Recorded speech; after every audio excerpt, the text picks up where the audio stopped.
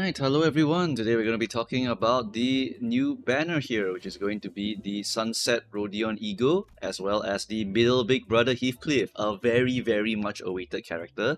Right, I know some of you cannot resist, and so you probably popped all of your lunacy over here, but do try your best to resist because there will be a Walpurgis Night and you want to go and save your lunacy for those banners when you are pulling. Alright, but of course, if you cannot resist, I totally understand. We've been waiting for this for a very long time. We'll start off with the Into the Sunset Rodion here. This character's E.G.O is very strong also, right? It is going to be a heal for the ring focus side because it's Lust and Wrath mostly, right? You will heal additional allies equal to Lust Resonance, a ring thing, and if the healed ally has equipped a Lust skill, they also heal additional 6 SP. So it's a very good healing plus a bit of SP healing E.G.O. In addition to that, you also get additional Wrath Rigidity and additional Lust Rigidity. So it's good for the Burn team, good for the Bleed team, could be a hybridized E.G.O later on also, right? But the main notable point here is that the passive is also very nice. If the unit's leftmost base attack skill is a Wrath or Lust skill, at the end of the attack, you will deal 30% of the damage dealt against another target with that skill as its corresponding affinity damage to a random enemy. So basically, when you use a Wrath Lust skill, you deal a bunch of damage based on the damage that you dealt, and then after that, 30 damage to that guy will be the maximum. And if you dealt the maximum, you will be able to get 1 affinity damage for the corresponding affinity next turn. And then you disable it for the next 2 turns, which actually coincides with the Ring Rodion. Ring Rodion has that kind of gimmick where she can actually activate a very strong attack with her defense skill by using Critique. But once she uses this, she will gain Reflection, so she has to chill out for 2 turns. Right? So same logic here. This E.G.O basically is also limited to this kind of rotation, where you want to use that skill to replace your skill 1 to get optimal damage output, right? Other than that, however, let's get back to the main character, the middle big brother Heathcliff. I'm going on the book for this one, right? For the passives that this character has, when this unit or any of the middle faction allies are hit by an enemy, you inflict 1 Vendetta mark, which is something that all the other characters can eat to go and do more stuff, but it also notably makes all of them, make the characters that you fight take more damage from all middle IDs. Very powerful stuff. You also gain 1 Book of Vengeance Heathcliff, which will give you offense and defense level per stack, up to 6. And then you can also get more books of this vengeance by killing off Heathcliff's friends. If you keep killing off his friends, he's going to get real mad. Alright, and once you have a bunch of these vengeance tattoos, how do you get these vengeance tattoos? You get them just by getting more envy resonance. The more envy resonance you get, the more of these vengeance tattoos you will get, which will buff you a lot. But when you hit 15, you replace your base skill, any base skill, with complete and total extermination, skill 3-2. And then the skill becomes, if the skill becomes inaccessible due to being replaced by another skill, you will do this again until you are going to pop your complete and total extermination. Notably, this also changes the battle music, which I think is absolutely peak. Alright, this will change the battle music to Ricardo's team and it's just fucking awesome. Alright, on combat start, in the turn that this unit substitutes or returns from the field, you will use my hair coupons on a random target and also apply 1 offense level and 1 defense level. In addition to that, it's not even over yet. This character is the main big brother, going to give a lot of buffs to the rest of the middle gang. Right, as long as your middle have used defense skills, they will take minus 20% damage from unopposed attacks for this turn. At 4+ NV res, allies adjacent to you who are from the middle cannot be staggered.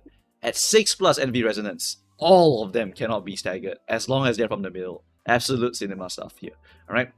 The other one that she gets also is this one, where Envy Resonance gives you more Vengeance Tattoos, which gives you more damage. But if any of your middle gang, including yourself, gets hit by an enemy, you will kick the guy with your skill 1. That is some very powerful shit, right? And if you did put him in the support slot, I don't know why you would, right? If any of the middle faction allies are killed during combat this turn, all middle gang get attack power up this turn and next turn, once per turn. Alright, so just fully focus into the middle, all in for the middle gang. Alright, we have kicking over here. Is going to be your unopposed attack when you have the passive trigger, right? And then after that, you have your skill 2. Your skill 2 is going to be surprisingly 3 bleed count, wow, right? But basically, very typical skills, right? As long as you hit someone with Vengeance Mark, you get more power. If you have Burn and Bleed on the target, you get more power. You also gain aggro, as you can see here, so you can get hit by people and you want to get hit by people because you are a counter guy, right? So just very good stuff altogether. But skill 3 is where the big cash out stuff is at. Alright, my hair coupons, one of his most powerful skills here. And his defense skill gets to spam the shit out of this. As long as you spam NVA Resonance, you can always spam my hair coupons as a counter attack. Absolute cinema. Alright, my hair coupons, final power +1 for conditionals, and then you get NV Resonance conditionals here and here and here, and here. So NV res, very important because a lot of his conditionals are based off NV res, right? NV res, very, very important. You must run him with the middle big brother gang or you will not have a good time with this character, right? You will lose out a lot of value here. In addition to that, hit vengeance bug people every time, and also when you have the big NV resonance, you get attack weight, you get final power, you deal more damage, and the more attack weight that you get, the more damage that you will deal based on the excess attack weight. So same as the ring characters, you either hit a bunch of enemies equally hard, or you hit one guy really, really hard, right? So that's how this character works. And for every enemy that you kill, you will gain more vengeance tattoos, allowing you to basically go back to this thing over here and then annihilate your enemies again, right? From the counter, by the way, from the counter. Holy shit. Are you seeing the vision? You basically don't even have to use your skill 1 and skill 2 ever, because you can just spam counters. You keep doing this, you keep killing people, you keep getting vengeance because you're NV res, and eventually you just keep spamming complete and total annihilation almost constantly. Very, very powerful stuff. Very, very insane stuff. Then you have all these extra bonuses over here. Who cares? Now let's look at complete and total extermination. Insanely powerful skill also. It will scale off your missing HP. It also has the typical resonance options again, so you must try to get resonance if possible, right? But this is based on the highest resonance instead of the NV resonance. Different, right? Okay, no, not this one's different, but this part here, this 6 plus NVA resonance disappears. Right. Other than that, this character also gets more final power, this character gets +1 more attack weight, this character gets more damage, and also has a base value of 3 attack weight, allowing you to do even more damage. And for everyone you kill, you also get E.G.O resources instead of getting more vengeance tattoos. So it will not let you like recycle it faster. Right? So you unleash the beast with this one, then you slowly keep spamming this one to keep farming. And as long as you keep scaling, as long as you keep getting vengeance, you keep slamming this thing here with very, very big damage. Very, very big stuff. And then over here, you annihilate the rest of them. Right? If the target is stagger, you also get more 20% damage. You also apply bleed, burn, and tremor, and then burst, and then you also get NV resonance times 7% final damage over here.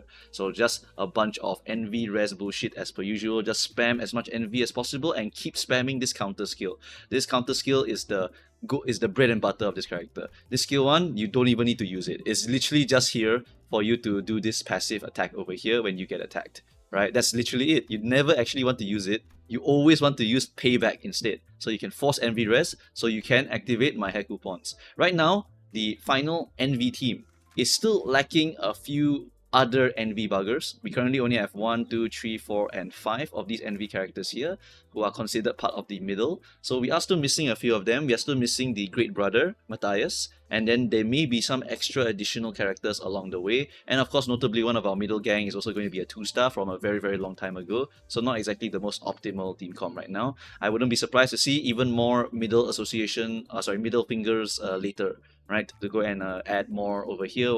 I don't know who else will be joining the team. I think that low-key, they could do something like a Rodion middle or a Gregor middle to just finish up the last 2 slots here. And then after that, we'll have a very, very powerful, just playful purple, just throw all the counters, no brain required. As long as the enemies keep punching you, you just do a bunch of damage to them.